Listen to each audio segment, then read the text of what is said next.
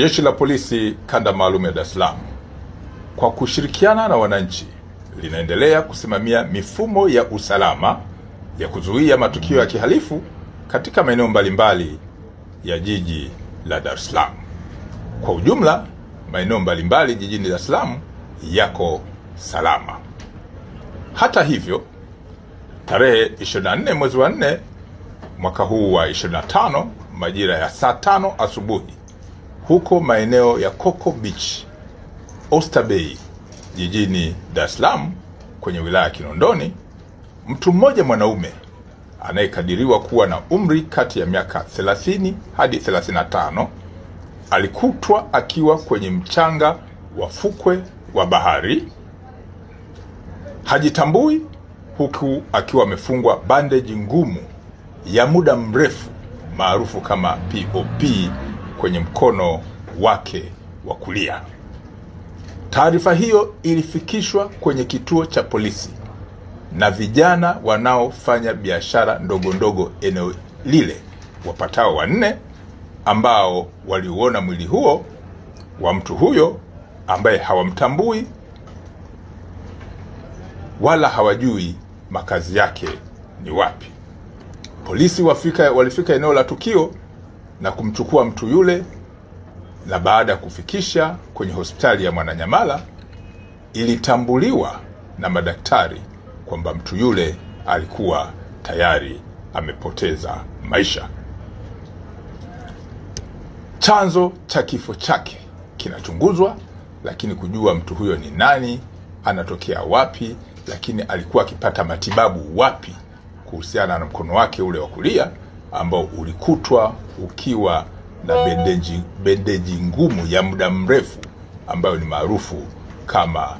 POP. Mwili wa marehemu huyo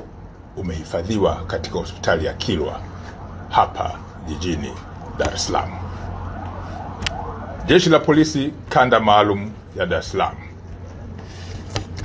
kwa kushirikiana na maafisa wa maendeleo ya jamii, jinsia, wanawake na makundi maalum linaendelea kufuatilia kwa karibu na kuchunguza kwa pamoja na idara hii ya serikali swala la kushambuliwa na kudhalilishwa kwa mwanafunzi wa Chuo Kikuu cha Ardhi Dar es Salaam ambaye alifahamika kwenye siku za hivi karibuni kama kwa jina la Magnificat Barnabas Kimario. Katika swala hili, watuhumiwa 4 wamekamatwa, akiwemo Reno Ponsil Mkwawili wa Chuo cha Ardhi, Asha Suleiman Juma wa Chuo cha Uhasibu na Mwemba Baton Mwemba maarufu kama Mwijaku wa Dar es Salaam. Watu hawa waliokamatwa ni 3 ambao wanatuhumiwa kuhusiana na swala hili la sakata ambalo limeingizwa watu 4 akiwemo mlalamikaji. Upelelezi wa shauri hii unakamilishwa haraka iwezekanavyo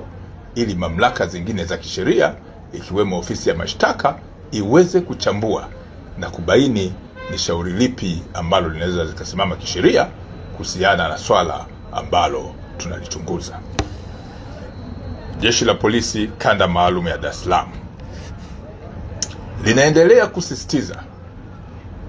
na kuwakumbusha wananchi kuwa swala la usalama wa jiji la Dar es Salaam ni la kila mwananchi, lakini kwa kushirikiana na Jeshi la Polisi pamoja na vyombo vingine vya dola vya kiusalama ili kuhakikisha kuwa shughuli za kiuchumi za jiji hili zinaendelea,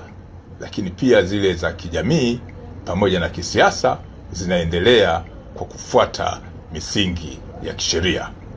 Kuhusu swala la mahakama ya Kisutu kwa siku ya leo tarehe 24 mwezi wa 4 mwaka 2025, kwa ujumla usalama katika eneo lile la mahakama na maeneo mengine ya jiji la Dar es Salaam uliimarishwa kwa kiwango cha juu ili kuhakikisha kuwa shughuli zote za kiuchumi za jiji hili zinaendelea lakini pia zile za kijamii pamoja na za kisiasa, ambapo vyama kadhaa vilikuwa vikiendelea na shughuli mbalimbali za mikutano yake ya hadhara. Hata hivyo, kutokana na matishio mbalimbali ambayo yalikuwa yametolewa na kupatikana kwa taarifa mbalimbali, jeshi la polisi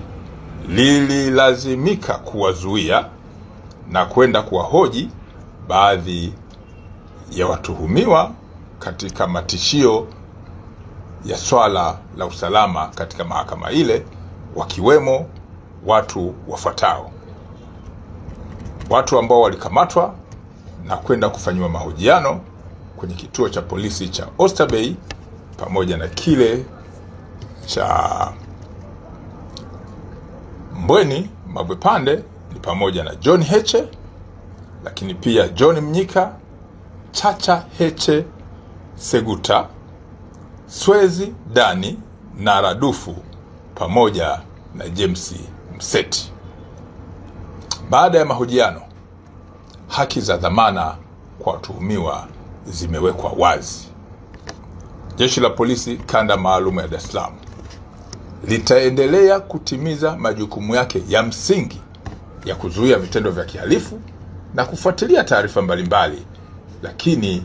huku likizingatia misingi ya haki pamoja na sheria za nchi.